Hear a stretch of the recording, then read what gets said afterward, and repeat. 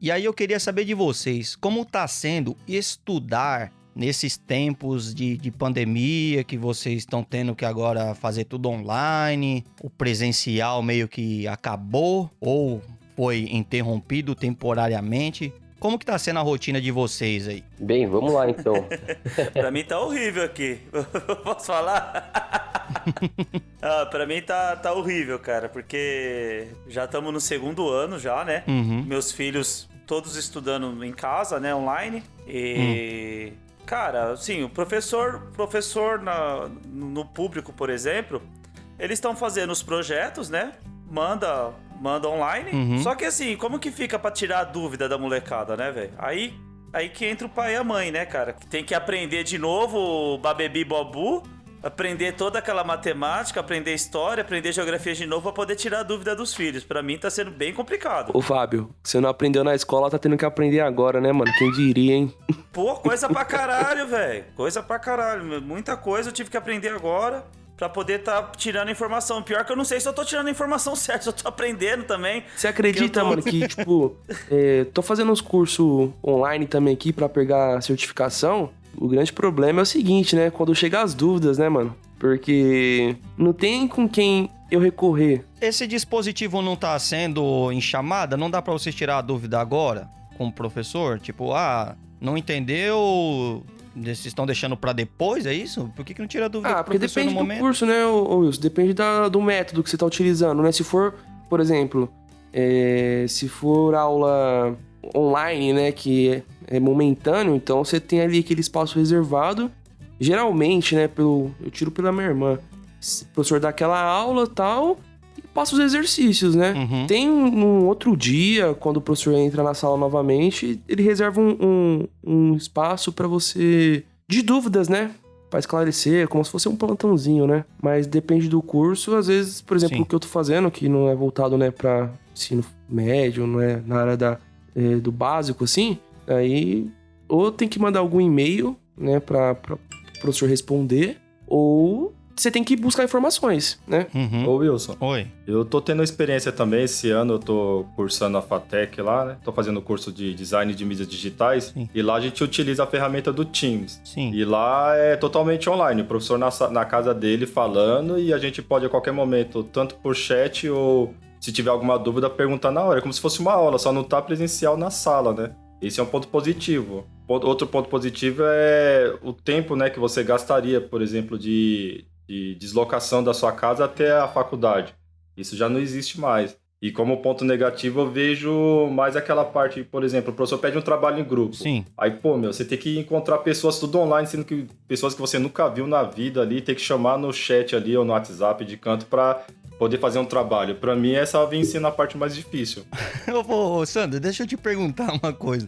Isso é muito interessante, porque eu acho que a gente escolhe as pessoas um pouco pela aparência, né? Como é que a gente escolhe uma pessoa nesse caso, né? Não sei. Porque a gente fala assim, vou sentar com aquele cara ali porque ele parece ser inteligente, não sei, ele... Tem cara de Começa nerd. a stalkear no Instagram lá. Como é que tá sendo escolher um grupo, mano? Cara, tá sendo meio que um tiro no escuro. Vamos tentar nesse aqui, ó. Se der certo, continua. Se não der certo, cara... Pô, eu particularmente tô fazendo sozinho. Vejo que é trabalho grupo. Se tiver a opção de fazer sozinho, eu faço. Senão, eu tento chorar pra alguém. Mano, só posso fazer o trabalho no seu grupo aí. E vai arriscando. É porque a gente nunca percebeu essas coisas, né? A gente tá numa sala de aula, a gente fica olhando o comportamento, a linguagem corporal da pessoa, todas essas coisas pra falar, pô, essa pessoa eu me identifico mais, sei lá, talvez a vestimenta, você fala, pô, esse cara tem cara de que gosta das mesmas coisas que eu, me identifico mais. Talvez a gente nunca tenha reparado nessas coisas, né? E agora, convidar completos estranhos, olhando apenas na cara da pessoa, né? Pra fazer um trabalho junto, é complicado, né? Porque você não tá vendo o comportamento da pessoa. Sabe o que eu tava pensando aqui, Wilson? Que o Fábio, né, acabou citando. E acho que é complicado pra caramba. Imagino que o Fábio tá passando por isso. Por exemplo, o Sandro acabou falando que tá cursando aí. E aí as aulas são via Teams, né? O professor explica. Você tem dúvida, você já pergunta. e aí toca o barco. Uhum. Agora, a criança, cara, eles não têm esse senso, né, de às vezes correr atrás, não sabe, tipo, vou procurar, vou no Google, vou no YouTube, vou entender. Se a criança não entende, pô, é muito difícil pra ela, né? Porque aí vai recorrer ao pai, mas nem todas têm essa facilidade de, pai, não entendi nada, me ensina. Às vezes a criança guarda aquilo. A criança, ela já é tímida pra tirar a dúvida numa sala de aula, né? Atrapalhar a chamada do professor na hora, desmutar o microfone. O professor não pode chamar a criança de burro, o pai já pode. Fica muito mais difícil você pedir informação pro pai. Vamos perguntar pro professor aqui que manja da história. Como é que tá sendo pra você, Leandro? Dar aula nesse cenário que a gente se encontra? Pois é, cara. Eu tô um pouco nos bastidores da sala de aula hoje. Eu atuo com formação de professores. Eu não tô diretamente em sala de aula. Uhum. E aí eu acho que eu consigo transitar entre esses dois pontos de vista. Primeiro por ter uma filha de 10 anos e que também está nessas aulas remotas. Uhum. E demanda todo um trabalho para que tenha esse acompanhamento, toda uma sistemática. E por outro lado, eu tenho a visão dos professores, assim, que eu trabalho com uma plataforma de tecnologia educacional para a realização das aulas à distância. Sim. E aí tem, assim, tão difícil quanto está sendo para os pais, para os professores idem, porque o cara estava acostumado ali com a aula tradicional, com o modelo tradicional, em sala de aula, com sua lousa, com as relações diretas, inclusive aquela que ela passa do lado da carteira, fala um negocinho no ouvido do aluno, ele sossega. E agora não tem mais isso, né? A sala de aula está dentro da sala da família. Ela tá dando aula não só pro aluno, mas pro pai, pro tio, pro cachorro e pra todo mundo. O que acontecia antigamente é que quando a criança não se comporta, você pede pra ela mudar de lugar. E agora, como é que você faz? É verdade. Ela já tá em outro lugar, né? E aí surgiram novos desafios, assim, também porque a sala de aula ela é muito regida pela afeição das pessoas, né?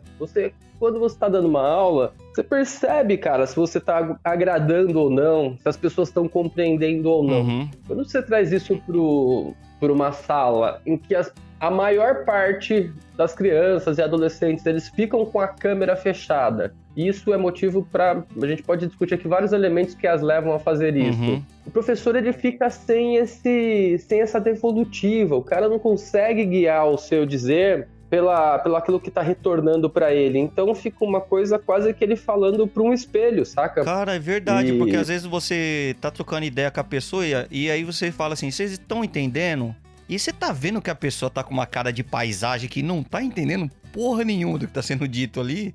Ou às vezes o moleque tá no Free Fire lá, pô, e deixa só o Teams aberto lá e a aula rolando. É complicado. E aí quando o professor pergunta alguma... Eu falo pra você, aqui em casa aqui são 3 estudando online, 3 com educação remota. Uhum. Cara, na hora que um tá tendo uma aula, os outros 2 estão brincando no outro quarto, meu. Então eu não sei se dá pra prestar atenção se você mantém o foco nisso tudo aí, cara. Eu acho que pelo menos aqui em casa não funciona. Eu não acredito que esteja funcionando, não. Vocês estão monitorando os filhos de vocês a respeito disso? Não, tipo, pra ver se tá no Free Fire? No começo, eu pegava mais no pé. Uhum. Só que assim, a coisa foi ficando tão bagunçada, que eu falo que hoje meio que eu larguei de mão, cara. Isso é errado. A culpa é minha, porque o professor, ele consegue dar conta, né, de 35 alunos, às vezes, numa sala de aula, né? Uhum. Eu vejo muito pai e mãe criticando o professor, vai.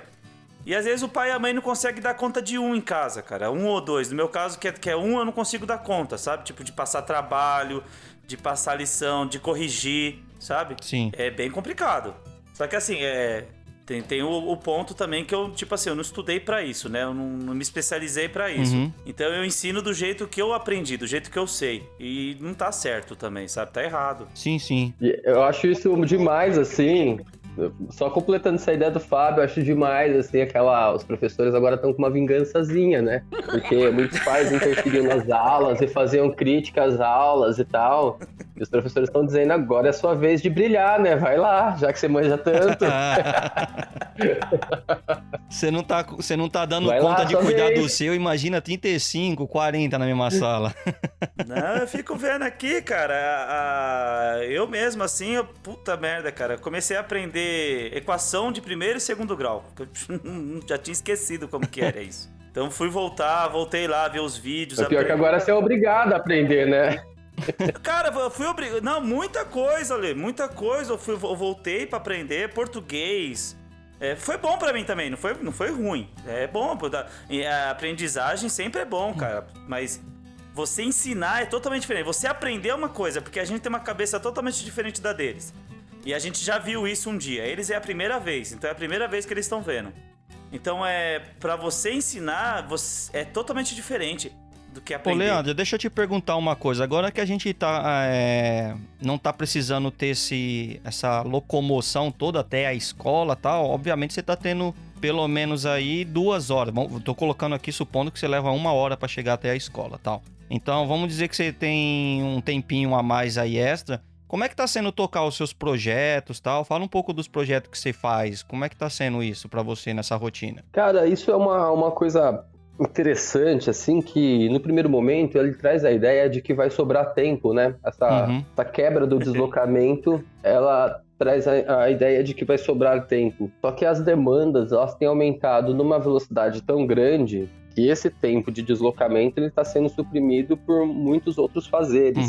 Então, por exemplo, eu trabalho ajudo os professores a realizar as aulas via plataforma. Sim. O cara antes não me procurava dizendo que estava com problema do Teams. O cara não me procurava dizendo que o LMS não está funcionando ou que qualquer outra plataforma está funcionando.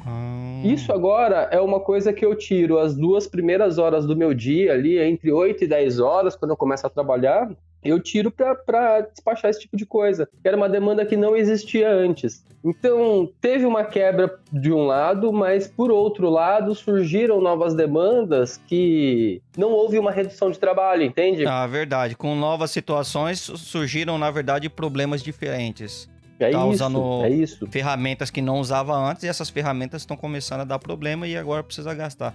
Que fita, mano. Caramba, a gente nem pensa nessas coisas no dia a dia, né? E tem uma parada que ela é muito doida, assim, porque antes a gente tinha um olhar, assim, eu trabalho com tecnologia educacional já tem pelo menos uns 7 anos, 7, 8 anos. Os professores olhavam para isso como perfumaria. Então, bem, minha aula acontece, eu sou um puta professor, a parada tá rolando, e você vem com esses papinhos aí, tá bom, vou até te ouvir, mas esses caras que tiveram fechado, que não foram entendendo que o cenário, que o contexto mundial estava mudando, eles sofreram muito com a chegada da pandemia, a ponto de eu receber ligação da filha de um professor, porque o professor sequer conseguia entender o que eu explicava. Ele precisava que a filha entendesse pra filha ali fazer. Junto dele. É isso que eu ia falar agora. Explicar pra ele, sabe? É isso que eu ia falar. Por incrível que pareça, ainda tem professor que não tem computador em casa, ainda tem professor que não usa essas tecnologias novas, né, Leandro?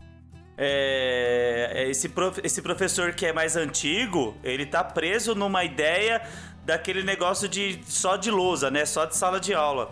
É isso, e aí quando chega, tem essa quebra, tem essa ruptura, cara, eu presenciei professor que saiu da sala de aula, falou, não, isso daqui pra mim não vai rolar e tal, e foi honesto com ele, mas a grande maioria que teve que encarar e tal, quem não vinha se preparando previamente, o baque ele foi muito grande. Então essas pessoas sofreram muito, inclusive adoecendo. Caramba!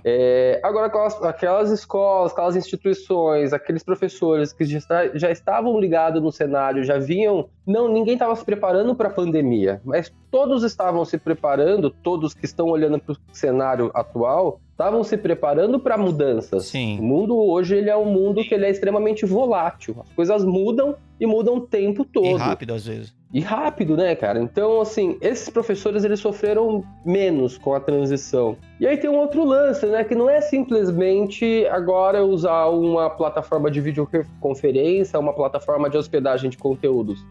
Eu mudar a metodologia. Então, como a gente estava conversando anteriormente, quando o Fábio tá com os filhos dele lá tal, e o professor tá fazendo uma aula expositiva.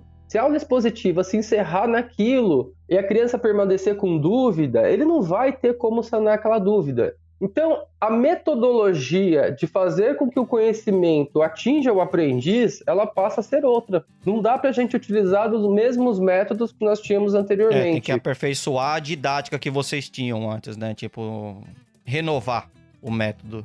É isso. Cara. E aí a gente percebe hoje que as aulas que exigem participação ativa dos alunos, elas conseguem consolidar a aprendizagem de uma maneira muito mais eficaz do que o aluno sentado ouvindo. Uhum. Eu falo por mim, eu trabalho o dia inteiro sentado aqui em home office e aí eu fui fazer um curso agora de inglês e, de verdade, eu não dei conta, cara, porque eu tô tão cansado da tela do computador, eu tô tão cansado de ficar sozinho fazendo as coisas, que eu não conseguia me sintonizar naquilo que eu precisava aprender. Então, existe um limite também, que se não tiver uma nova maneira de encarar essa forma de ensinar e como os alunos aprendem, aí vai ser furada, aí vai ser aquela aula para inglês ver, aí a gente de fato vai criar uns gaps. Mas, ô Leandro, tipo assim, você acredita, eu fiz faculdade EAD e eu não aprendi nada, cara, assim, eu juro pra você que eu não aprendi balhofas. Você acredita que agora vai vir uns projetos melhores para o EAD, por exemplo?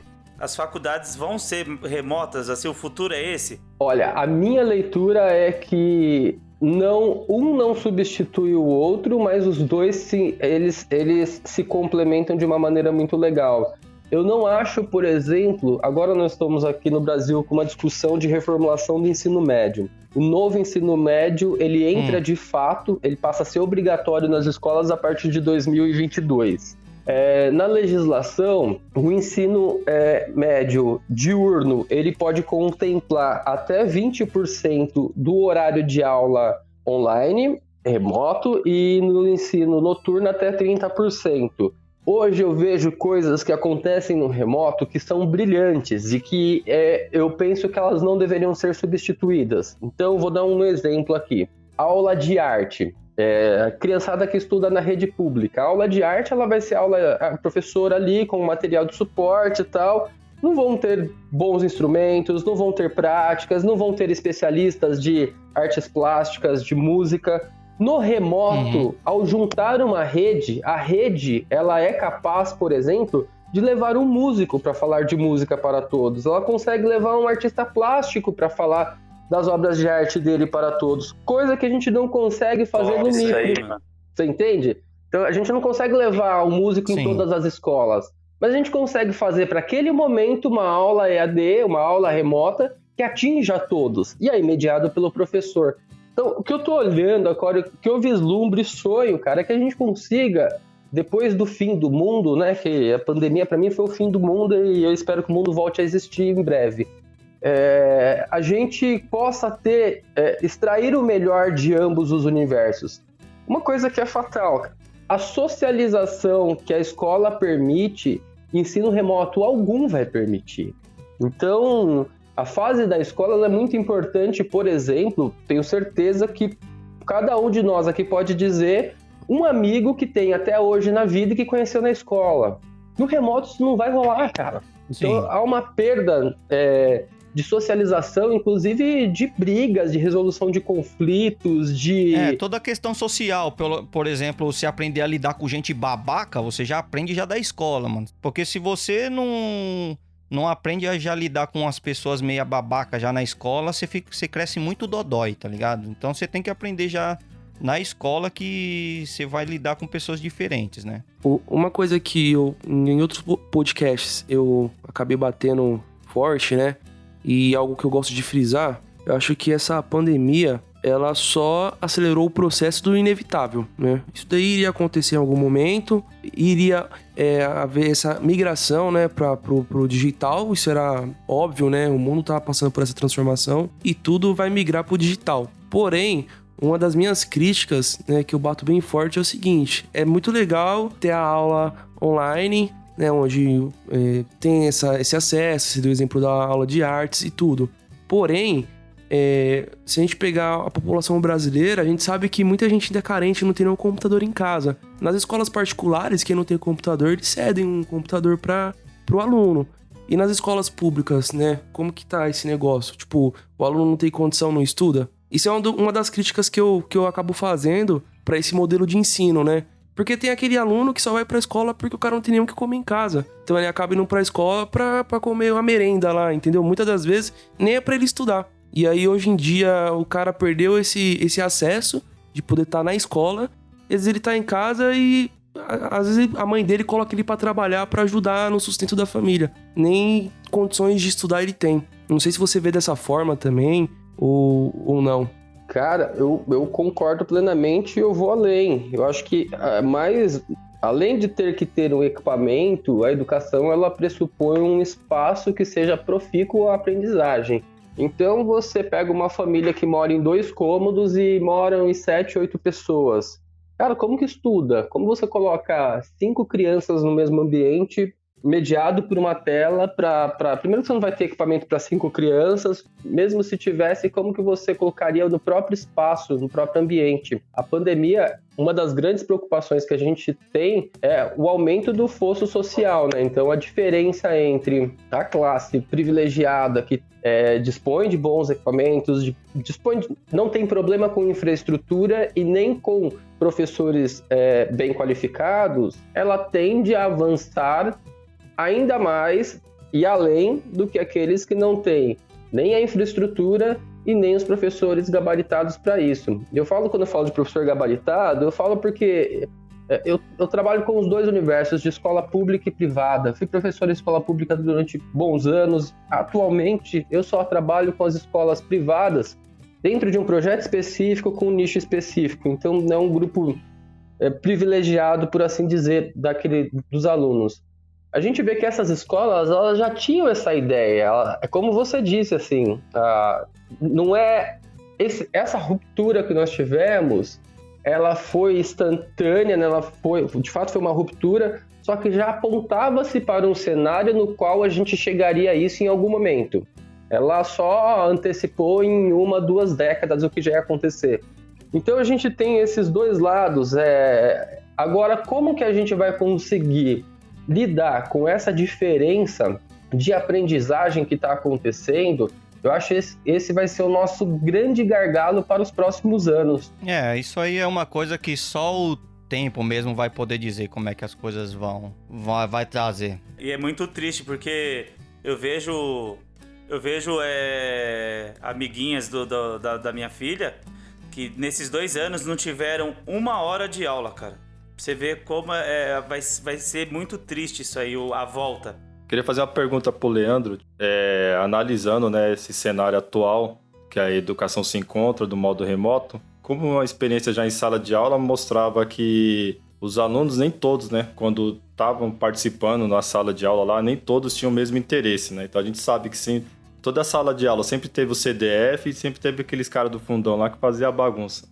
Agora, com a nova realidade da pandemia, as pessoas estando em casa, pode ser que esse número das pessoas que não se interessam aumente muito mais. Qual seria a preocupação com os futuros profissionais, né?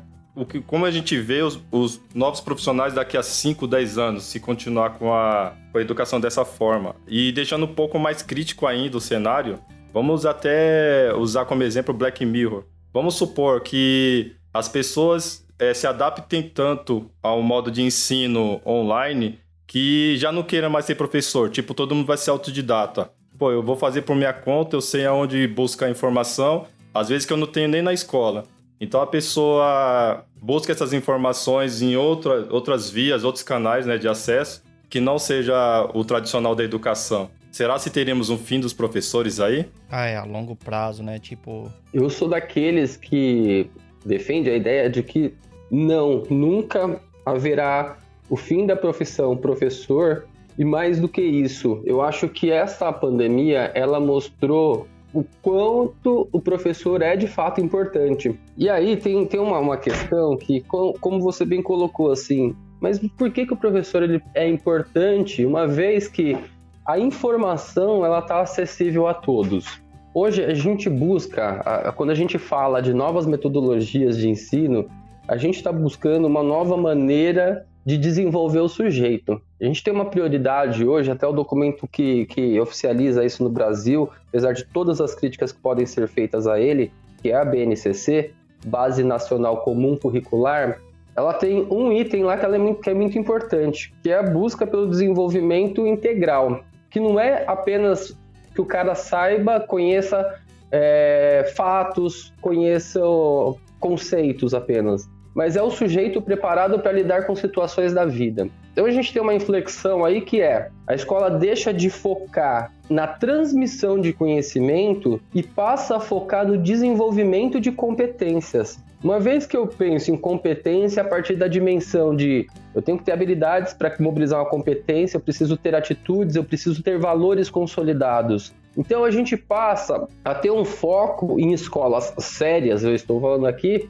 e não em saber com que o aluno conheça determinado tema, mas que o aluno aprenda a aprender. Porque a gente está formando um aluno agora para um mundo que ele é completamente imprevisível. As profissões elas são extremamente mutáveis, o conhecimento ele é extremamente fluido. Então o que eu aprendo hoje enquanto conhecimento neste ano, daqui a 10 anos esse conhecimento pode não fazer sentido. É claro que a gente tem um conhecimento produzido pela humanidade que ele deve ser passado de geração para geração, inclusive para a gente evitar atrocidade e para os babacas saberem, por exemplo, o que é o fascismo e como essa merda tá chegando no Brasil, que já foi um erro que a gente cometeu no passado, mas que tem gente que tá fechando os olhos para isso. A gente precisa desse conhecimento da humanidade sendo transmitido, mas mais do que isso, a gente precisa de sujeitos que saibam fazer as coisas, que saibam respeitar a sociedade, que saibam ter valor um pelos outros. Coisa que o livro didático por si só não vai ensinar, mas essa mediação do professor em como conduzir isso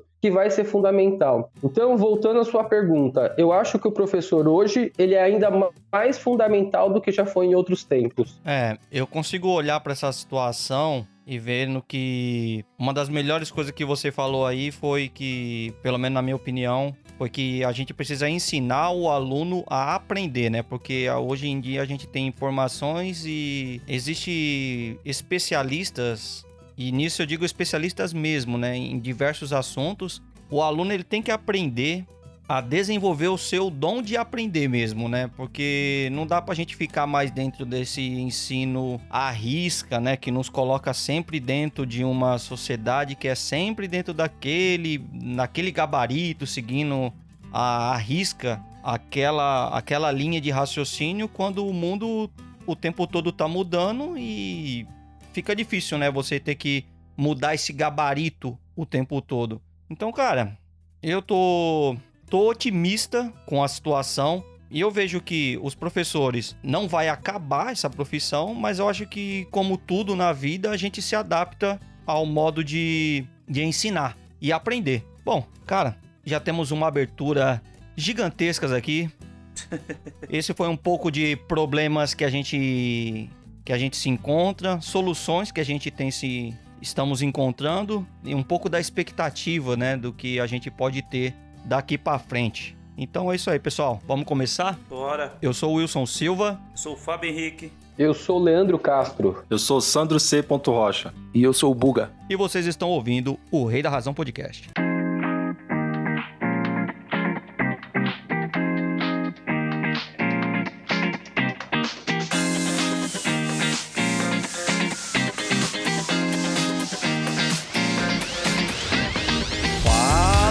Pessoal, sejam todos muito bem-vindos ao Rei da Razão Podcast.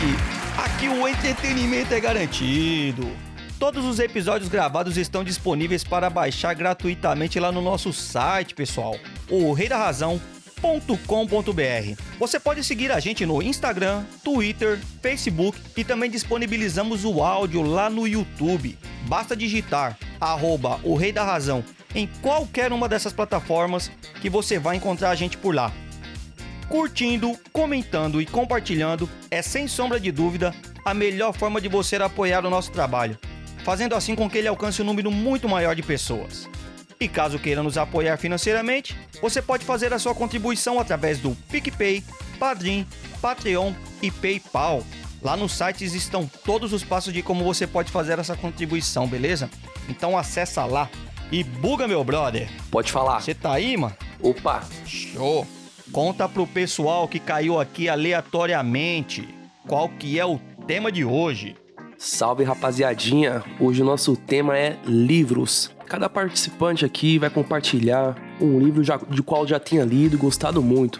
E que indicaria, né, pros nossos ouvintes. Então, a ideia aqui é cada um falar sobre um livro e tentar convencer as pessoas a comprarem e lerem esses livros. Show de bola! E pra complementar esse nosso time que hoje tá um pouco maior do que o habitual, estamos aqui com Fábio Henrique. Opa, eu aqui, de novo. Oh, que surpresa! Estamos em choque. O Fábio está aqui novamente. Ora. E estamos aqui também com o nosso amigo e professor Leandro Castro. Dá um oi pro pessoal. Olá, bom dia a todos. Boa tarde, boa noite. Boa madrugada. O tema de hoje é o quê, Buga? É livros. Livros. E por que não trazermos aqui o cara que manja, o nosso Shakespeare. Sandro C. Rocha. Troca uma ideia aí, Sandro. Salve, galera. Tudo bem aí, pessoal? Espero agregar um pouco aí, fazendo conteúdo de qualidade. Show de bola. Então é isso aí. Eu só queria, antes de começar, perguntar quais que são os livros que vocês trouxeram. Eu tenho umas curiosidades. Como é que tá sendo pra você, Sandro, escrever? Conta um pouco pro pessoal aí que quer saber qual é a sua especialidade, sobre o que você escreve, como que tá sendo pra você isso? Ó, tá sendo produtivo, cara, tá bom. Eu tô escrevendo aí, tipo, numa linha, como eu escrevo contos, eu não preciso seguir literalmente uma linha só, né? Então eu tenho publicações aí desde o romance, aí, conto de fadas, livro infantil, contos de terror. Hentai. Já escrevi ficção científica, hot também, pra quem gosta de hot. Você tem uns conteúdos hot. Então eu já passei em várias áreas aí. Tem conteúdo hot aí pra quem gosta de ter uma... Caramba, apimentar aí o relacionamento aí, pessoal. Tem também, viu? Opa! Caramba, mano. Sandro, você consegue escrever sobre absolutamente tudo. Como que é isso pra você? O cara fala, quero uma história de fantasia. E daí você desenvolve lá e tira um Senhor dos Anéis do bolso, do nada. O quê? É, bem... Tá, peguei pesado. O Senhor dos Anéis é o... Senhor dos Anéis, Hobbit, ou na linha de As Crônicas de Gelo e Fogo, pegou pesado mesmo, hein, Wilson? Sim. Mas quem sabe, né, no futuro aí, tão próximo, quem sabe, né? Precisamos de renovação, né? Mas como é que é pra você isso aí? Você pega, alguém entra em contato com você se inscreve numa participação? Como é que é essa rotina? Isso, aqui é assim, ó. De ser escritor. Conta aí como que é esse processo de criação, né? Acho que muita gente tem curiosidade de saber também. Como que passa na sua cabeça, né? Pra começar a escrever um conto, ou você escreve de acordo com o que pedem pra você, ou você tem muita coisa guardada, e aí quando vai participar de algum processo de seleção, você disponibiliza. Acho que é interessante você contar esse processo criativo, mais ou menos. Legal, pessoal. Então, vou tentar dar uma resumida aqui de como que foi o meu trajeto até agora. Foi assim, na verdade, eu tinha uma história pra contar, né? Tipo, ficava na minha cabeça uma história batendo, e o primeiro passo foi passar pro papel. Sim. Então, a partir do momento que eu passei a primeira vez pro papel, que inclusive foi inspirado no sonho da minha filha, a Sabrina. Eu tenho 3 filhos, né? E ela, na época, tinha 5 anos de idade e ela teve um sonho. Ela sonhou com uma baleia que saía destruindo a cidade, e ela ficava observando aquilo e aquilo despertou em mim, por que não criar uma história em cima disso? E eu criei a primeira história. Inclusive, ela não tá publicada, tá guardada a 7 chaves essa história, ainda para um futuro aí. Mas foi o que deu o pontapé inicial em tudo. Então eu escrevi, mostrei para algumas pessoas e eu tive um retorno bem positivo, né? Sim. Mas isso eu deixei guardado uns 5 anos. Tipo, achei legal tudo, mas nunca tinha despertado interesse em publicar, nem escrever, nada do tipo. Mas depois do tempo fui... Cara, é umas coisas que parece que é tipo um estalo, assim, não tem tipo uma justificativa. Tipo, eu acordei um certo dia e falei assim, por que não publicar, né? Aí teve o nascimento do meu segundo filho, o Miguel. E eu também escrevi uma outra história, tipo, o Ursinho de Papelão. Foi de inspiração o nascimento dele. Eu, tipo, vi o meu filhinho lá, tipo, um marronzinho lá, tipo, um ursinho pardo e tal. Aí eu criei uma história e ficou bem legal, cara. E também eu deixei ela guardada durante 1 ano e pouco. Mais uma vez também, falei, não, ficou legal, vou deixar guardado. Mas aí depois eu comecei a pesquisar, por que não levar pra frente isso? Mas tipo, foi do nada. Tipo, acordei assim, caramba, por que não levar pra frente? Aí eu comecei a pesquisar. Aí a partir do momento que pesquisei, aí eu comecei a procurar algumas editoras e tal. Comecei a mandar o material pra editora, que eu não sabia como fazia. Toda a internet foi me ajudando ali, auxiliando e tudo. Comecei a mandar esse material e tem uma resposta bem positiva dos editores. Eu falei, pô, então o negócio tá legal mesmo. Se até os profissionais têm um interesse em vender o produto, é porque é uma coisa boa. Sim. Aí, beleza. Aí eu deixei, porque eu também não tava com grana na época, né? Pra poder publicar, porque a publicação independente é muito caro.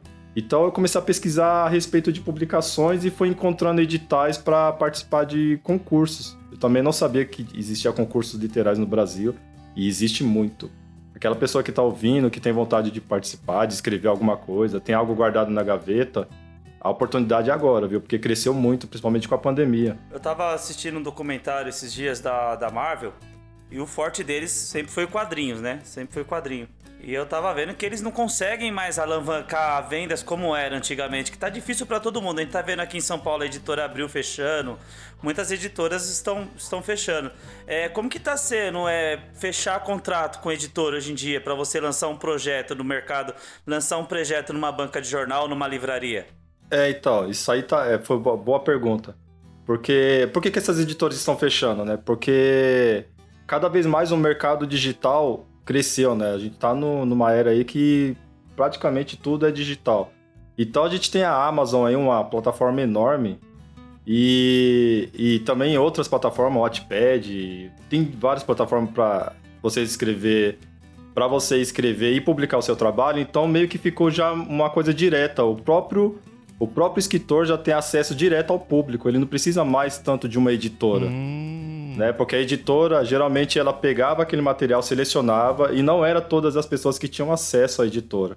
Porque tinha os editores, tinha que ter tipo como se fosse aquele olheiro do futebol.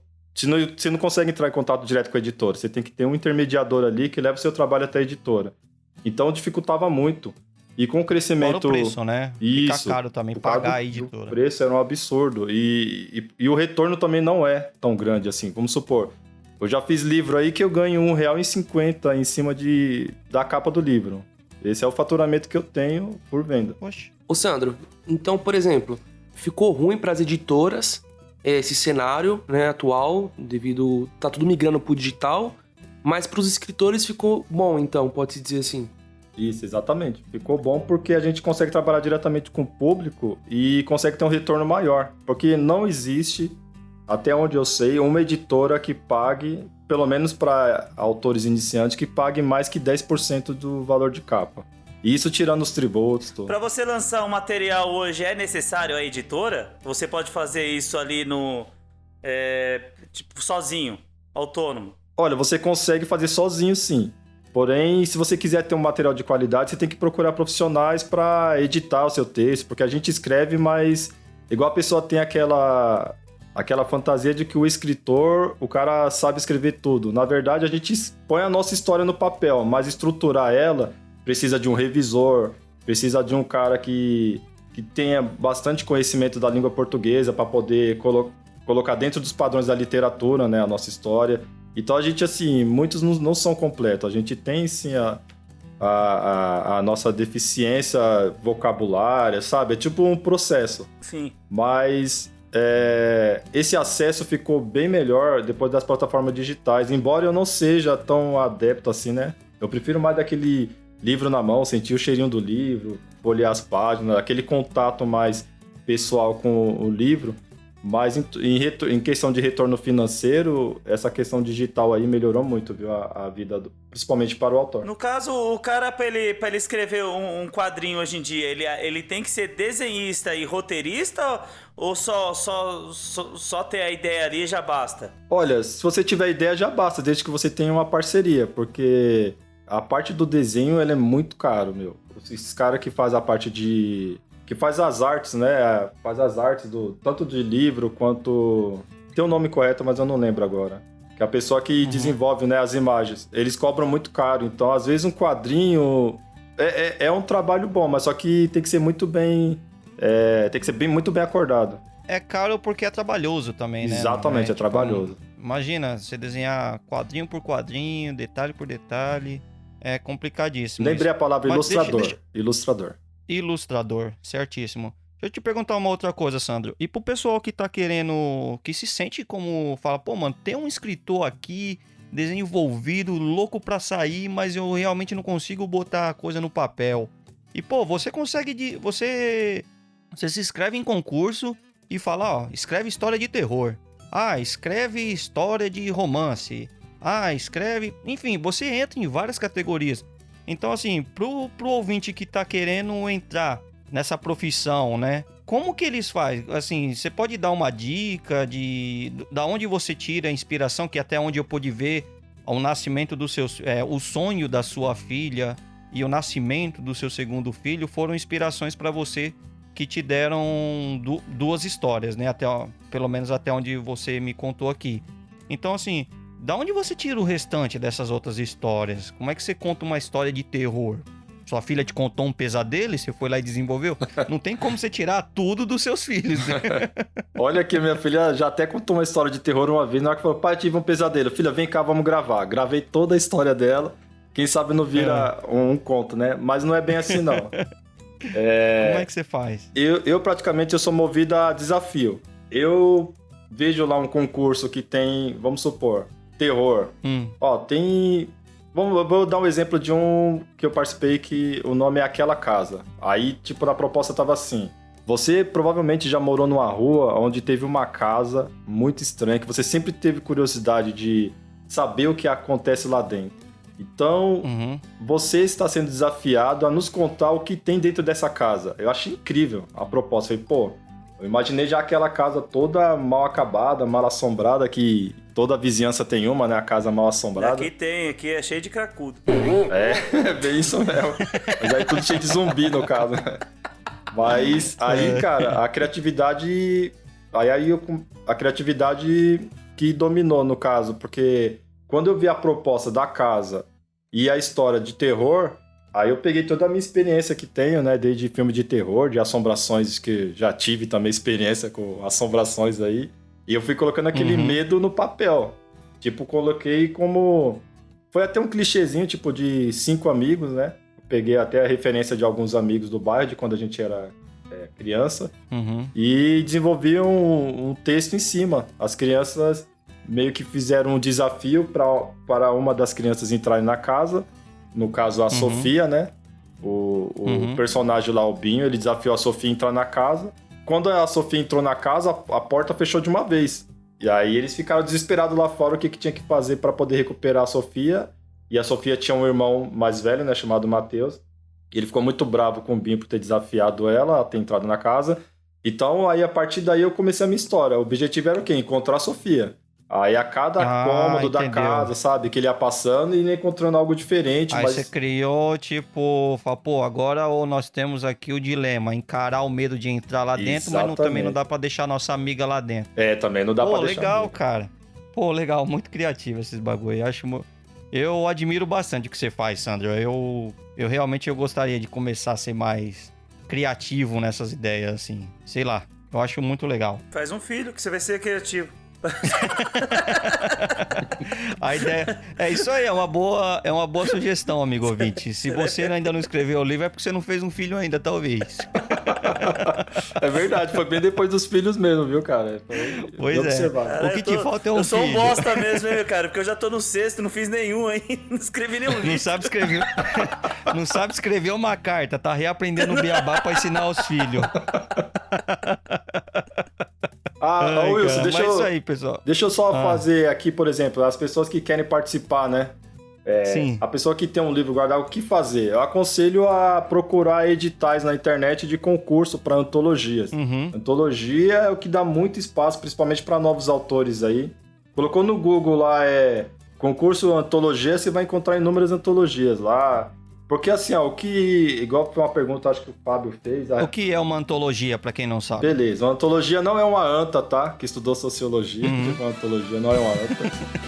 Mas antologia é uma coletânea, é um livro que tem a coletânea de contos de autores diversificados. São vários autores que cada um conta a sua história, uma versão da sua história, e é publicado no mesmo livro. Isso caracteriza assim, uma antologia.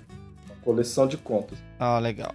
E igual respondendo a pergunta do Fábio lá sobre as editoras, que muitas estão acabando e tal. E estão surgindo no mercado inúmeras editoras, eu queria colocar até entre aspas aqui, porque na verdade nem são editoras ainda, são algumas pessoas que fazem esse trabalho de editor, né?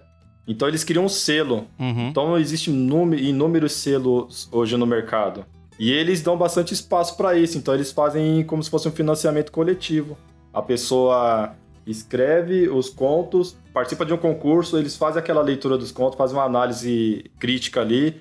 Os melhores contos eles colocam dentro de um livro.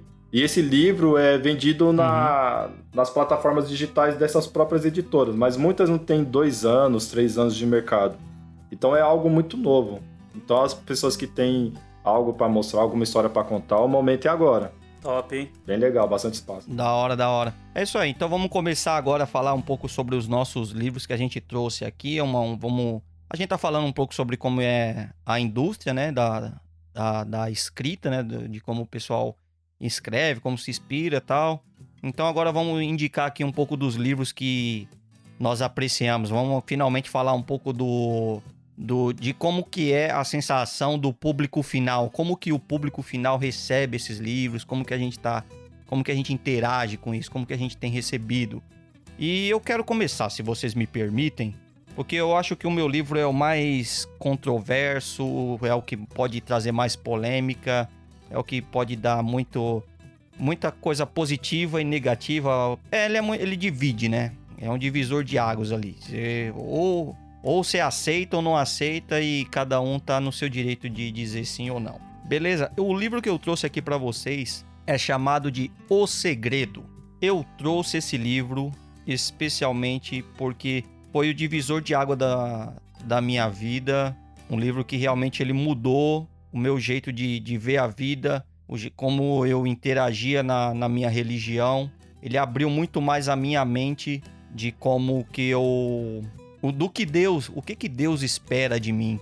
Sempre muita coisas desse tipo, assim, sabe? Eu me encontrei em situações muito complicadas e foi dentro desse livro que eu finalmente encontrei a saída para os problemas que eu me encontrava. Obviamente, eu vou tentar falar um pouco sobre o que é esse livro. Deixo aqui muito claro que você tem que estar com a mente aberta para isso. Esse livro, praticamente, ele dispensa apresentação. Alguns de vocês provavelmente já ouviram. Todo mundo já ouviu? Como é que tá isso aí? Já ouvi falar, mas nunca li. Eu já ouvi falar do livro, inclusive já vi até o filme lá na Netflix. Eu nunca ouvi falar, não. Sim. Eu não conheço o enredo do livro também, não. Cara, O Segredo, na verdade, o que ele explica basicamente, e aqui eu já vou revelar um pouco do que é o segredo, só que isso não tira a experiência do livro, porque eu recomendo que você leia, porque ele vai te dar métodos de como você pode estar realmente interagindo com certas coisas. O segredo, ele é basicamente a lei da atração. Não importa se você acredita ou não em atmosfera, na lei da gravidade, você está agindo nela. Ela existe, você aceite isso ou não. E as pessoas que acreditam na lei da atração pensam exatamente a mesma coisa. Você atrai para sua vida aquilo que você está sentindo. Não tanto o que você está pensando, mas aquilo que você está sentindo. Então, assim, quanto mais você fica se sentindo mal, que as coisas estão dando errado, que o mundo está uma merda, que está tudo dando errado, o mundo vai te trazer mais dessas coisas. Essa lei do universo, essa lei da atração, ela corresponde àquilo que você vibra. Se você fica com pensamento de que é um mais otimista, de que as coisas pode dar certo para você vai conseguir, tal, e realmente sente isso de verdade, não apenas fica falando da boca para fora, mas você realmente sente isso no seu mais profundo... Por exemplo, sabe quando você tá saindo do trabalho, você tá saindo de casa e indo pro trabalho e já tá dizendo que vai tretar com o seu chefe e já tá discutindo ali na sua cabeça?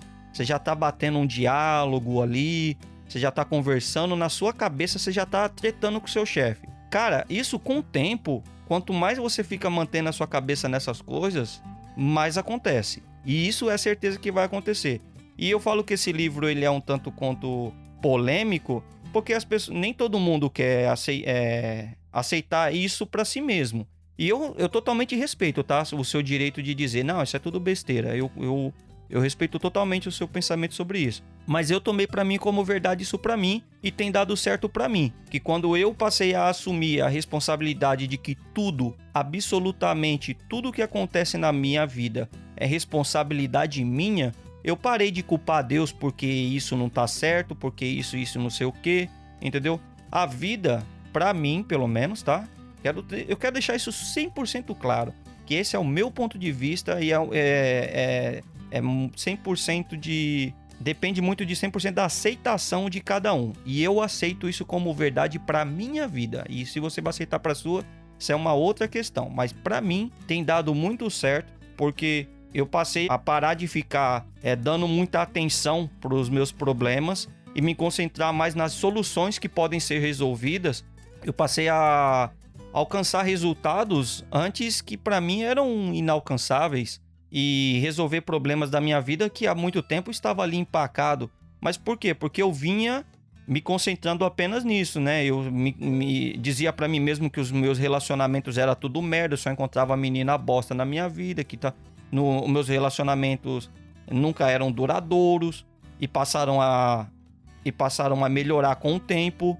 Meus trabalhos também, eu vivia de trabalho em trabalho. Os meus amigos diziam que os meus relacionamentos amorosos eram que nem os meus trabalhos, não passava da experiência, ficava só 3 meses, tá entendendo? Ou seja, eu vivia só na experiência, só ali.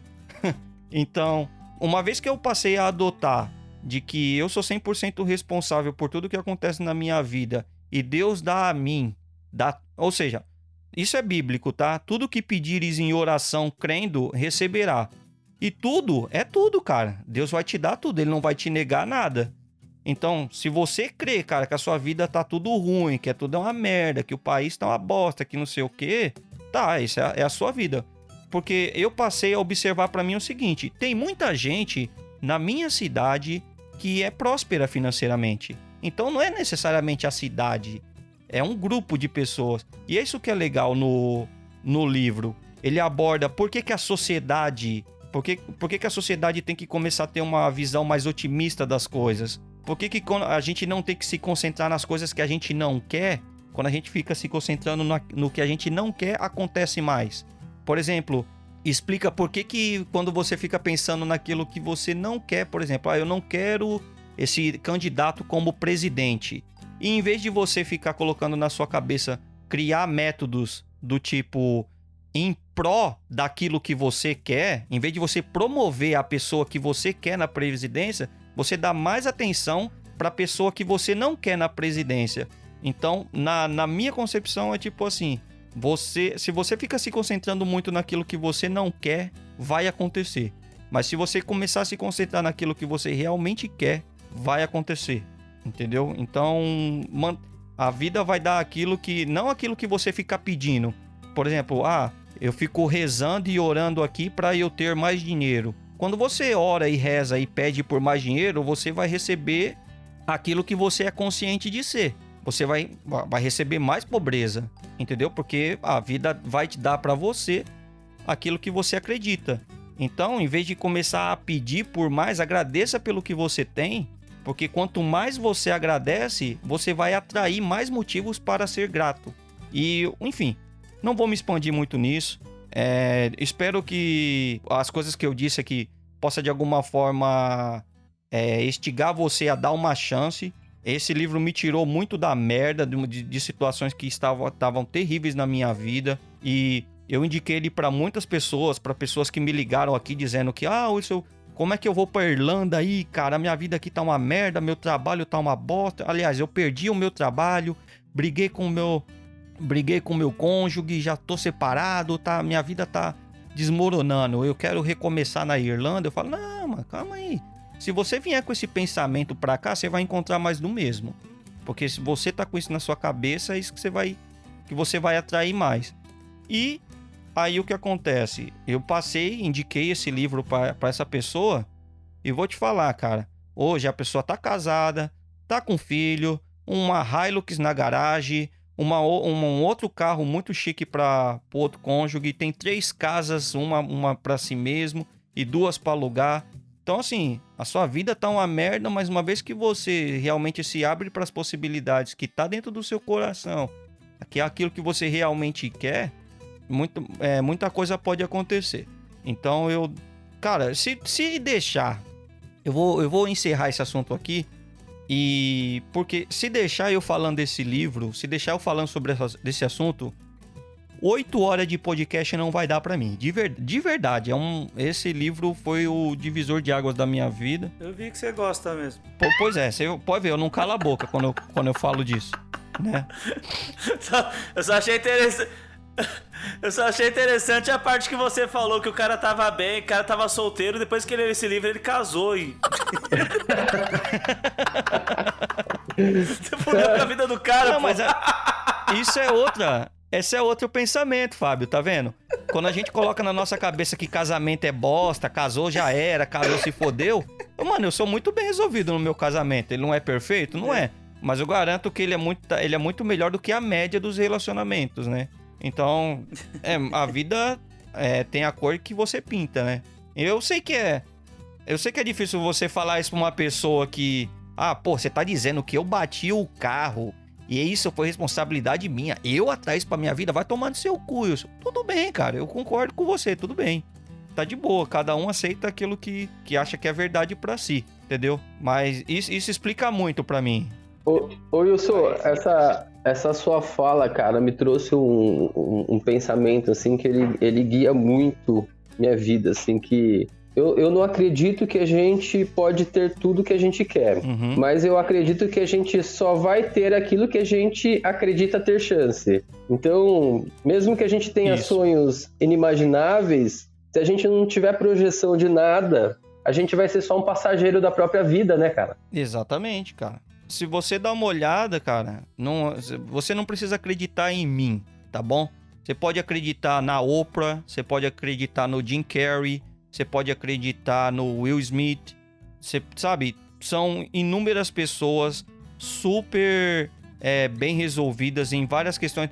Falaram pro Arnold Schwarzenegger que ele não podia ser ator de cinema por causa do sotaque dele. O nome dele não era muito amigável, não era muito artístico. Vai lá, fala na cara dele que ele não podia conseguir. Disseram que com a postura de fisiculturista, com o sotaque dele, que ele não podia ser governador da Califórnia. Então, assim, cara, o que você tem na sua cabeça, cara, se você acredita, não deixa ninguém ficar jogando areia no seu bolo. Isso é resultado das crenças que as pessoas têm. Entendeu? Não quer dizer que é a sua realidade. E todo mundo que, pelo menos eu acredito nisso, todo mundo que alcançou qualquer patamar, de alguma forma, foi começando a atrair isso mais. E quanto mais você enxerga isso possível, mais você vai se familiarizando com isso até que acontece. Então, pra mim, muitos milagres Mano, eu queria um cachorro. Não tinha a menor condição de comprar um pug pra mim. Mais de 3 mil reais, hoje deve estar muito mais, na época era 3.500. E eu não tinha a menor condição de comprar um. A menina chegou um mês e meio e eu fiquei pensando nisso, só fiquei me concentrando nisso. Falei, pô, legal, mano. Pô, eu fiquei só me pensando como seria legal ter um cachorro na minha casa, entendeu? A alegria, ficava vendo vídeos do cachorro e dando risada de como é ter um cachorro daquele na casa, as palhaçadas que o cachorro faz. E eu só fiquei me concentrando nisso. Passou um mês, o meu colega falou que uma amiga do trabalho tava doando um cachorro, que é da raça que eu queria, e porque, assim, eles estavam mudando para um apartamento menor e eles não podiam mais ficar com o cachorro. E eu ganhei o cachorro de 3 mil reais. Fala pra mim que isso é coincidência, tudo bem. mas eu tô no meu direito de aceitar de que, pô, a lei da atração é verdade, eu me concentrei nisso e deu certo pra mim. Eu não posso falar pra você, olhar na sua cara e dizer que as coisas ruins que aconteceu na sua vida você atraiu. Mas você também não pode olhar na minha cara e dizer que as coisas que deram certo pra mim, essa é a minha experiência, deu certo pra mim.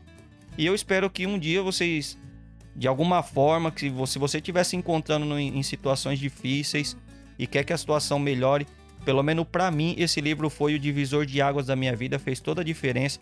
Tem muitos outros livros do tema, tem muitos outros escritores, Napoleão Hill, que entrevistou todos os maiores magnatas dos Estados Unidos, dizendo o que é a lei do sucesso. E aí ele escreveu o livro Quem Pensa Enriquece, que também fala que é sobre esse método de criação da sua consciência, que todos esses caras faziam exatamente a mesma coisa, que se você pensa numa coisa, essa coisa vai acontecer. E depois de entrevistar todos esses caras ricos, todos os caras pensavam do mesmo jeito, então ele colocou isso como uma fórmula do sucesso. Se você quer ser tão bem sucedido financeiramente que nesses caras, faça do jeito que eles fazem e pense do jeito que eles pensam. Bom, pessoal, esse foi o livro que eu trouxe, beleza? Espero que de alguma forma ele possa servir de inspiração e ajuda a resolver os seus problemas, porque resolveu o meu. Eu espero que dê certo pra você, tudo bem? Então agora eu vou chamar aqui Fábio Henrique. Qual que é o livro que você trouxe pra gente? Então, cara, eu não sou muito fã de livro de autoajuda, assim. Eu acho bacana. Já tentei ler alguns, né? Não consegui acompanhar o pensamento. Uhum. Eu gosto muito de história. Curto muito história, tanto que eu terminei de ler o Guia do Politicamente Correto, que eu adorei. A série, e fui ler o livro. Puta, muito bom. Mas a gente tá passando por um momento que as pessoas estão tendo doenças mentais, né, cara? Passando por depressão, problemas de depressão. Agora essa molecada nova aí que tá passando por essa pandemia aí, que vai ser muito, muito importante um acompanhamento psicológico com elas, tanto da família quanto dos professores, né, quanto da escola. Uhum. Vai ser muito interessante isso. Eu queria até saber se tinha algum projeto referente a isso. Mas Verônica Decide Morrer, do Paulo Coelho, foi um livro que eu li. Uhum. É um livro de autoajuda, mas ele conta uma história muito bacana de uma mulher que ela era bem sucedida na vida, né? Ela conseguiu o emprego dos sonhos, ela tinha o apartamento dos sonhos dela. Os pais, muito orgulho dela, né? O pai e a mãe sempre teve muito orgulho dela. E é uma pessoa que ela decidiu do nada tirar a própria vida, cara. Decidiu tirar a própria vida e... Não, mas a história é narrada por ela? Uma pessoa que tirou a própria vida? Conta a história de uma mulher bem sucedida na vida, né? Que ela não era feliz. Apesar dela ter tudo aquilo que as pessoas acham que é o auge, né? Que alcançou os objetivos dela. De uma hora pra outra assim, ela decidiu tirar a própria vida. Sabe? Ela entrou numa crise existencial dela lá e tirou a própria vida. E a partir daí começa a ficar interessante, sabe? Começa a ficar muito bacana o livro, porque ela vai para uma clínica e nessa clínica ela começa a se tratar com outras pessoas que também têm problema psicológico. Então isso dá um outro significado, um outro rumo de vida. Depois que ela morre, porque ao que me parece o livro ia contar ela tenta se a experiência pós-vida. Ela tenta se matar. Ela tenta se matar, ela tenta tirar a própria vida. Ela tenta tirar a própria vida e ela tem uma complicação lá na saúde dela que ela precisa se tratar numa clínica. Ela vai para uma clínica com pessoas com problema parecido e até piores que o dela. E nessa clínica aí ela começa a ter outra perspectiva de vida, sabe?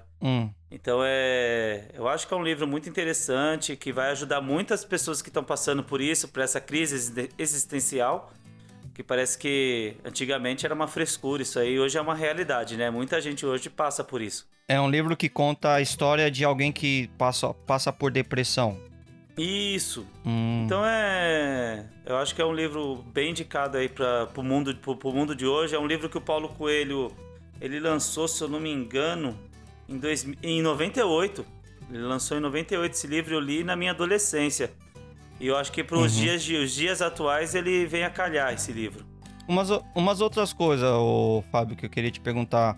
Esse livro, ele fala, ele te dá uma ideia, tipo assim, faz ela começar a reavaliar quanta coisa ela tinha, que ela pode começar a se apegar, agradecer, coisas, ela começou a perceber coisas Eu não queria dar spoiler do livro, Wilson, mas assim, o que acontece hoje em dia... Não, se você acha que vai entregar muito, não fala.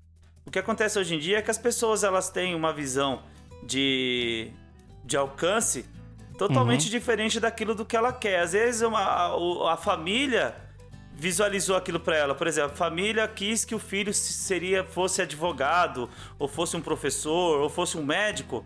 E na verdade não é aquilo que a pessoa queria para ela, você entendeu? Então quando ela alcança tudo aquilo que a família determinou para ela que ela seria, ela vê que o objetivo dela já foi alcançado, que aquilo, tipo, ela não tem outra... Mas o que alcançar, você entendeu? Então pra ela... E aí ela teve uma crise existencial. Isso, você entende? Dizem que quem tem muito isso são os astronautas, né? Tipo, eu fui à Lua, o que mais eu posso fazer? Pra Marte, pô. Legal, cara, legal. Vamos chamar aqui agora, então, o escritor do grupo aqui. Sandro, conta pra gente qual foi o livro que você quer compartilhar com os nossos ouvintes. E aí, Wilson? Eu trouxe aqui 2 livros, né? Eu acabei encontrando agora que eu não lembrava, que já tinha lido há um bom tempo, que foi seguindo a linha do que o Fábio tava falando aí, sobre, acho que da Verônica, né? E o outro que eu já tinha preparado mesmo era a franquia do The Walking Dead lá. Não tem nada muito a ver, assim, com essa questão de autoajuda, tudo é mais uma leitura para as pessoas... entretenimento. Entretenimento ajuda muito, viu? O entretenimento, principalmente nesse momento aí, né, de caos, quase um apocalipse zumbi realmente. Mas é bem legal. Mas o que eu queria falar um pouco mais era o do Só por Hoje e Para Sempre, do Renato Russo, que é um livro muito bom também, porque lá nesse livro ele narra os 29 dias que ele passou em uma clínica de reabilitação, depois de tentativa de suicídio, sofrendo há muito tempo já com depressão. Então ele ficou um bom tempo nessa clínica. 29... Desculpa, Sandro, repete, 29... Ele ficou 29 dias. O nome do livro é Só por Hoje e Para Sempre. Desculpa, Só por Hoje... Só por Hoje e Para Sempre o nome do livro. E lá ele é como se fosse um diário. Tem várias anotações, inclusive eles tentaram manter as escritas mesmo, manuais dele. Tem vários trechos lá que é a cópia do papel que o próprio Renato escreveu. Então, acho que é um livro bom porque muitas pessoas, assim como o Fábio disse, estão passando nesse momento aí, né? Acho que aumentou muito o número de pessoas com depressão e suicídios, né? Não só no Brasil, mas no mundo, por conta da pandemia. Então, ele, de certa forma, ajuda a pessoa com a experiência dele, as pessoas tomar um novo rumo, né?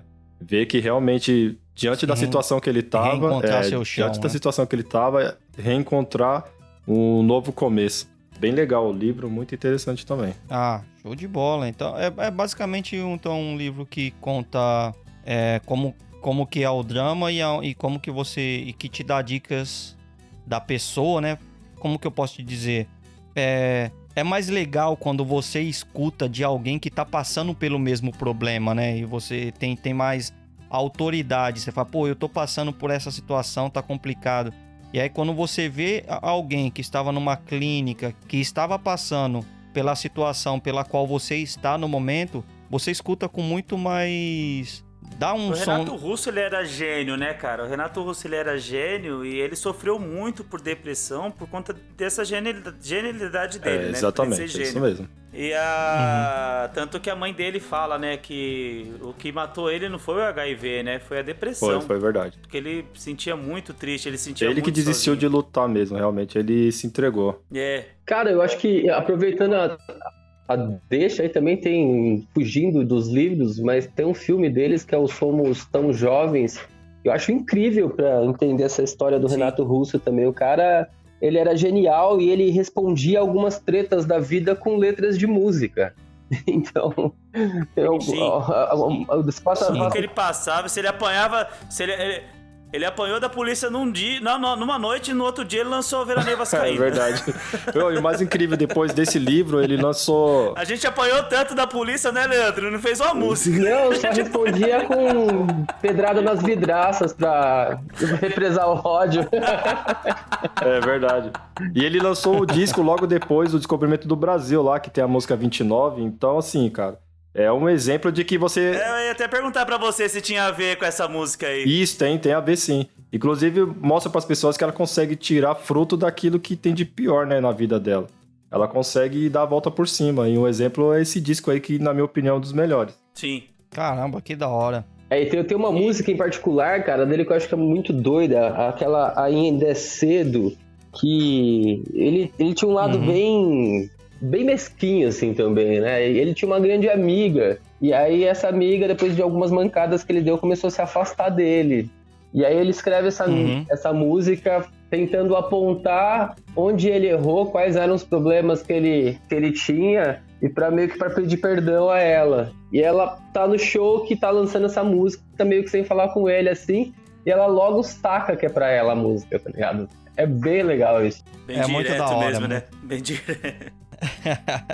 Mas deve ser legal, cara, você ver alguém que, sei lá, ou conta uma história, ou desenvolve uma música, receber uma homenagem dessa de um artista, né? Deve ser bem emocionante, né? Você vê a pessoa botando no papel ou na música uma história que vocês viveram. Muito legal. Então é isso aí, pessoal. Esse aqui foi o Só Por Hoje e Para Sempre de Renato Russo. Buga, qual foi o livro que você trouxe pra nós, irmão? Caramba, trouxe um livro que eu gostei bastante. Queria saber se vocês já leram, né? Que é O Homem Mais Inteligente da História da Humanidade, do Augusto Cury. Alguém já leu esse livro aí? O Augusto Cury é bom. Não. Homem... Não. Não li não. Augusto Cury é Cara, bom. e pra falar a verdade, eu foi o tenha lido, primeiro cara. livro dele que eu li, viu, Fábio? Na verdade, eu tava dando uma pesquisada, uns livros pra comprar, faz uns 3 anos mais ou menos que eu li esse livro.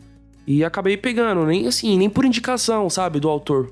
Então, o livro ele retrata a vida, né, do homem mais inteligente da história da humanidade, que é a vida de Jesus Cristo, seguindo a perspectiva, né, que o Augusto Cury tentou colocar, né? Então, funciona mais ou menos uma forma de debate, né, igual a gente tá aqui conversando. Só que senta para um debate um protestante, senta um teólogo e um ateu, né? E aí, como foco, eles começam a analisar a história de Jesus Cristo sem ser de uma ótica religiosa e sem colocar fé. Porque tudo que você coloca fé vai de quem crê na religião, entendeu? Você não consegue provar, né? Então, qual que é o intuito do livro? É analisar de forma científica. E aí, é um negócio surpreendente, porque cientificamente, os atos e os relatos que contém durante a trajetória mostram e comprovam um alto nível de inteligência, né, da pessoa, ser humano, Jesus Cristo, né? E aí esse debate ele começa a ser transmitido, né? Começa em uma mesa, em um lugar fechado entre eles, e aí vira marqueteiro o negócio, começa a ser transmitido a nível mundial, esses caras debatendo. E aí o livro segue uma proporção, né? Não vou aprofundar pra não dar um spoiler, mas... E aí começa a contar a vida de cada um desses participantes, né? O porquê que o cara não acredita, o porquê que o cara acredita firmemente, antes desse debate acontecer. Porque a partir do momento que eles começam a debater sobre a vida de Jesus, não é algo mais... não é um ato de fé, e sim um ato científico. Então, é uma aprovação que eles têm. Nossa, deve ser muito bacana, porque meu sonho Exatamente. é participar de um debate desse. Então, é uma história fictícia, obviamente, de pessoas que estão debatendo uma parte social, seria isso? Uma parte social, uma parte política? Seria social, por exemplo, falar da quaresma, né? Passar 40 dias no deserto, por exemplo, e como que ele se adaptou a isso, a forma com que ele encarou isso, mas sem levar pro lado da fé, né? Um ser humano, pra aguentar todo esse psicológico, né? Esse alto teor de de pressão, vamos dizer assim, não é pra qualquer um. Então, o legal é que não tem como os caras fugirem em um debate, apelar pro lado de fé. Ah, porque eu acredito, porque é assim. E acabou. Não, acaba ali o debate, sabe? Por exemplo, é você falar de uma forma filosófica sem colocar magia, né, no negócio, né? Exatamente, sem você elevar o negócio, sabe? Ah, porque eu acredito e na minha religião é assim. Não funciona no debate dos caras, entendeu? Tem que ver o lado social e o lado humano. O livro que eu trouxe, por exemplo, ele é uma questão de tipo assim, ou você quer acreditar ou você não quer. Nesse caso, ele traz uma coisa mais, como posso dizer... palpável. É palpável o negócio, entendeu? Vamos dizer que sim, é tangível. Não é algo que o cara consiga simplesmente apelar pro lado que ele crê e não tem como provar, sabe? Mesma coisa que, eu creio em Deus, o outro não crê em Deus. Então, como prova pra mim? Não tem, é minha fé. Então, não serve. Não, aí até tem, entendeu? Mas aí depende do nível de entrega da pessoa, entendeu? E aí entra numa treta muito grande. Na verdade... A aceitação para certos assuntos é que é o negócio, né?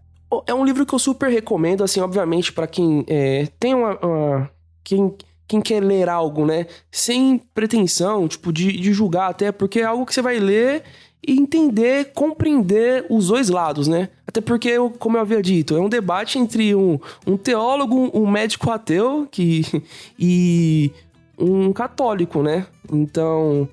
São pessoas com visões diferentes e tem toda uma história por trás dessas famílias, né? De superação, o porquê que não acredita, o porquê que acredita.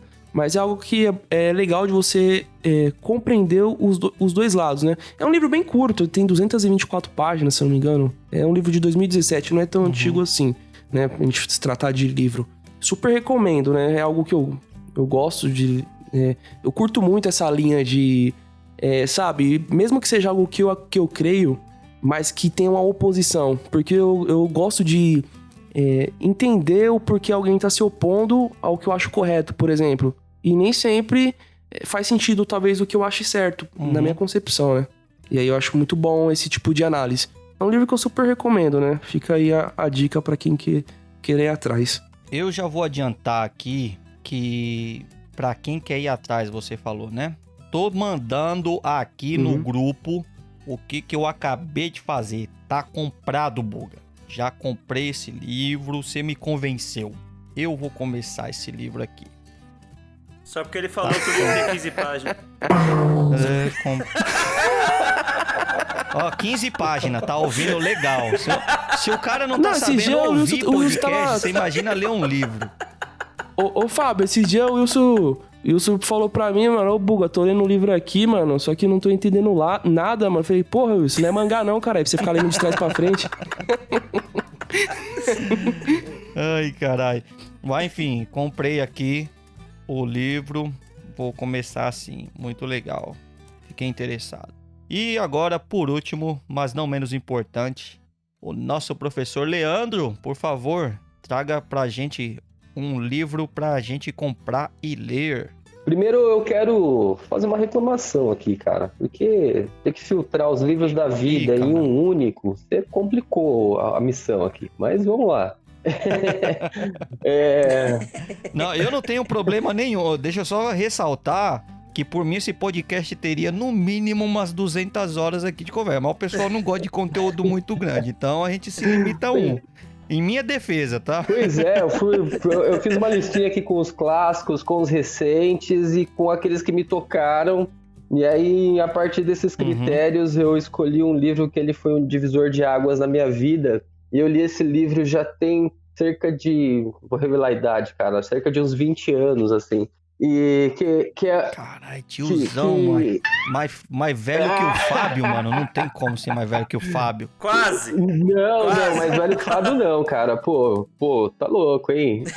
O Fábio não viu o dilúvio, mas pisou no barro, né? O Fábio, além de muitos filhos a mais na conta, tem alguns anos a mais. É engraçado. Ah, coitado.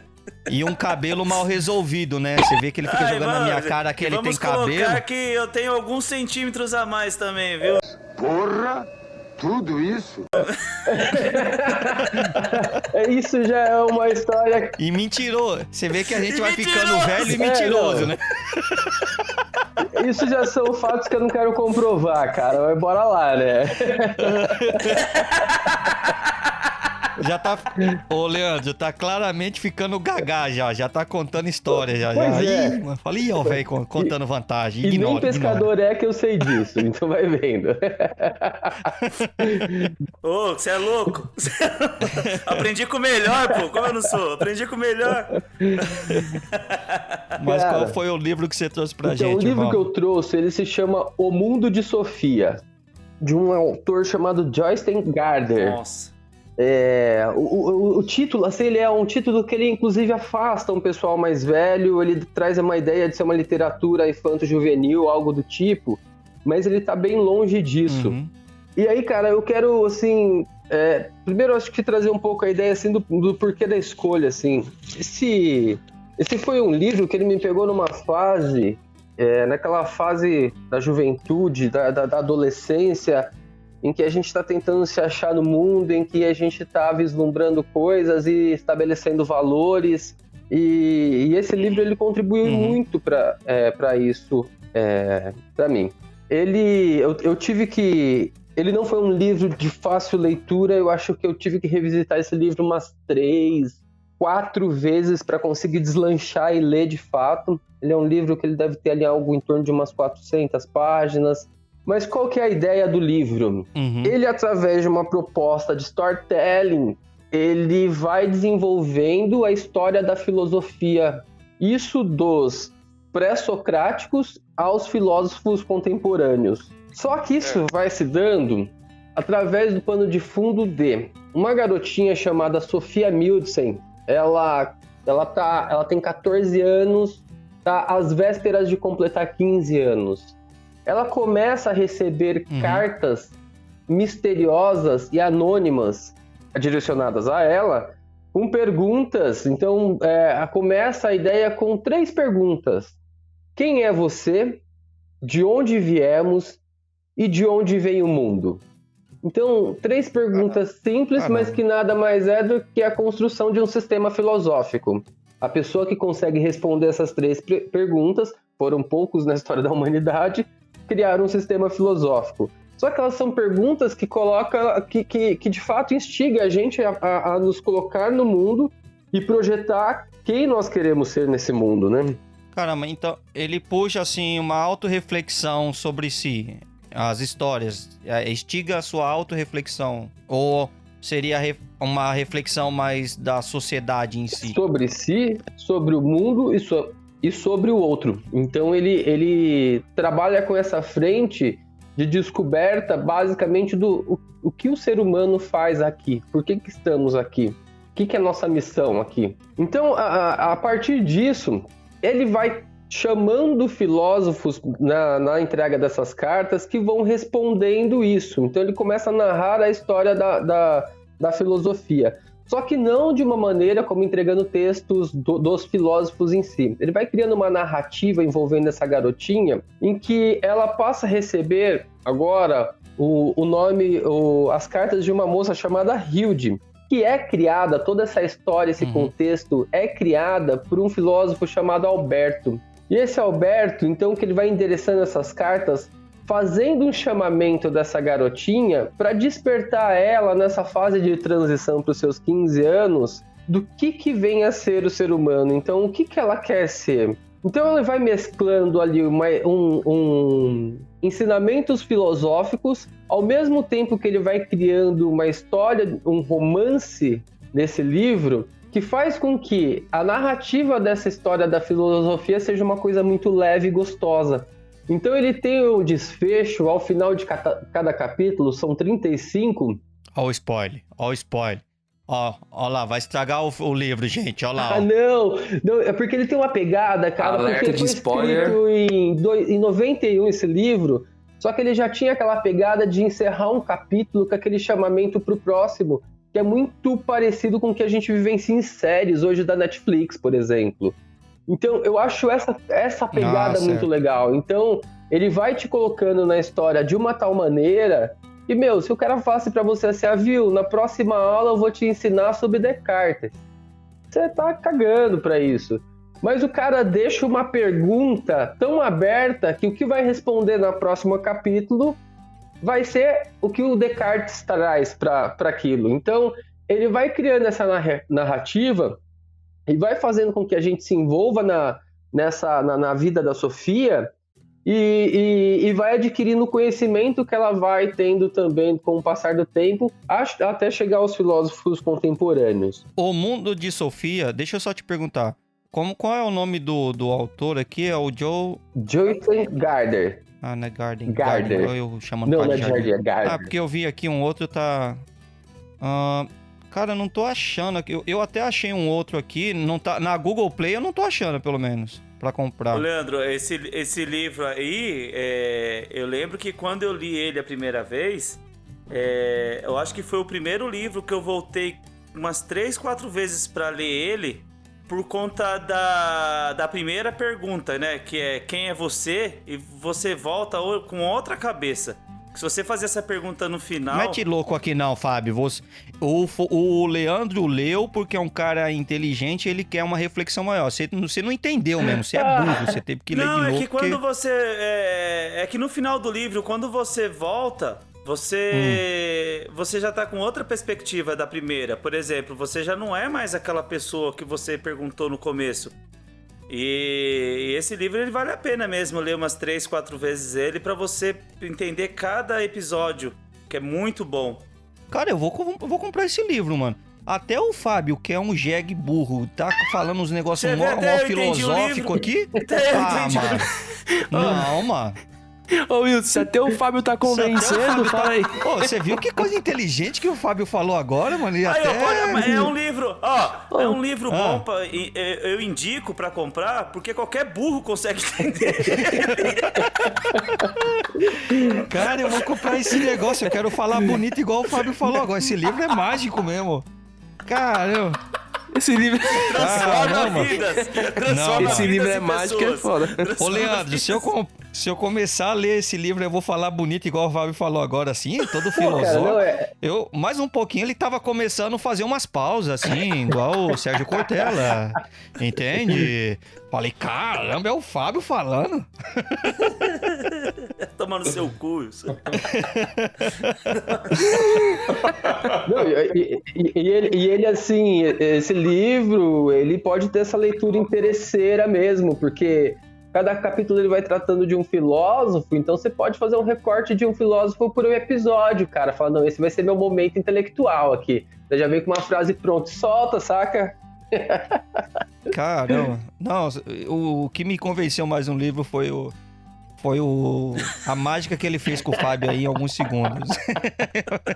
Eu vou dar uma oportunidade, sim. Eu só não vou comprar ele agora e mandar logo o print aqui, porque eu realmente não tô achando, mas eu vou comprar sim. Eu achei legal essa proposta.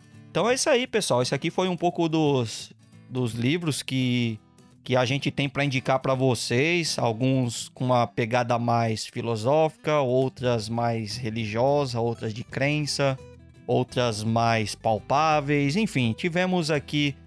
Eu esperava algum de entretenimento, com uma história 100% fictícia, e talvez a gente faça isso aqui numa parte 2, a gente possa trazer mais outros livros com uma outra temática. Eu com certeza gostei muito desse episódio, espero que vocês tenham gostado também. Mas eu não quero limitar esse podcast apenas na experiência desses 5 participantes que aqui se encontram. Eu quero ter mais opções de livros. Então eu convido a você a participar dessa conversa aqui dentro dos comentários, que você possa, você seguindo a gente, que você deixe a sua recomendação de livro, conta pra gente por que ele é muito importante, qual foi o impacto que ele teve na sua vida. A gente não tá aqui debatendo qual é o livro melhor nem pior, mas em sim compartilhando experiências boas. E eu venho convidar você a deixar a sua participação nos comentários. Buga, conta pro pessoal aí, relembra aí onde é que eles podem estar fazendo esse comentário, onde é que os nossos ouvintes podem estar interagindo com a gente. Opa, pode deixar. Pra quem não quer perder nenhum livro que foi citado no episódio de hoje, vai ter tudo detalhado no nosso site acessem oreidarrazão.com.br. Estamos também nas plataformas de stream, lá Spotify, Deezer, Google Podcast, Apple Podcast, só fazer a busca lá, O Rei da Razão, você vai nos encontrar, tem todos os episódios lá também. E nas redes sociais, Instagram, Facebook, só buscar lá @O Rei da Razão, vai encontrar a gente também. Segue lá para ficar por dentro de todas as novidades e anúncios dos episódios futuros. Também não esqueçam de deixar seus comentários, isso agrega bastante o nosso trabalho, sugestões, né? Nós trouxemos alguns livros aqui, mas também coloquem lá no comentário alguns livros que vocês acham interessantes, que mudaram a perspectiva, né, ao lerem. Isso daí é bem legal, porque a gente pode estar programando para fazer uma parte 2 sobre esse tema, e quem sabe algum dos participantes aqui não pegue esses livros para dar uma olhadinha e trazer também num futuro programa. Legal, vamos agradecer também a presença dos nossos participantes aqui hoje. Fábio, pro pessoal que curtiu a sua presença ou achou muito deselegante as coisas que você disse, onde é que eles podem te encontrar para te encher de elogios ou desaforos? Não, chega de desaforo, não chega minha mulher já, velho. Pelo amor de Deus. Vai lá no @cotucote no Instagram ou no Twitter, ou na minha página no YouTube ou no Facebook, Cotucote com dedo. Página de humor, muito legal. E também, Leandro, por favor, conta pra gente como é que as pessoas podem te procurar, interagir com você. Bacana. Primeiro, obrigado pela oportunidade. O papo foi super descontraído, super gostoso. As pessoas me encontram no Instagram, no @floweducacional, no YouTube também. Então, por lá a gente pode bater um papo e podem conhecer um pouquinho do meu trabalho. Muito bom, muito bom. Sandro, por favor, entrega aí pro pessoal as suas redes, o pessoal quer conversar com você. Então, pessoal, eu uso os @sandroc.rocha, tanto para Instagram quanto Facebook. Qualquer uma dessas redes aí, só mandar um alô lá que a gente consegue ajudar de qualquer forma. Muito bom, muito bom. Pessoal, quero agradecer a você que ouviu até aqui. Quero agradecer a todos os participantes. Eu não me canso de agradecer, de verdade. Eu tô muito feliz com o projeto, de como ele tem andado. Mas de verdade, tudo que eu tenho para dizer aqui é gratidão. Eu tô muito feliz com tudo que tem acontecido. A todos, o nosso mais sincero muito obrigado. Fiquem todos com Deus e tchau.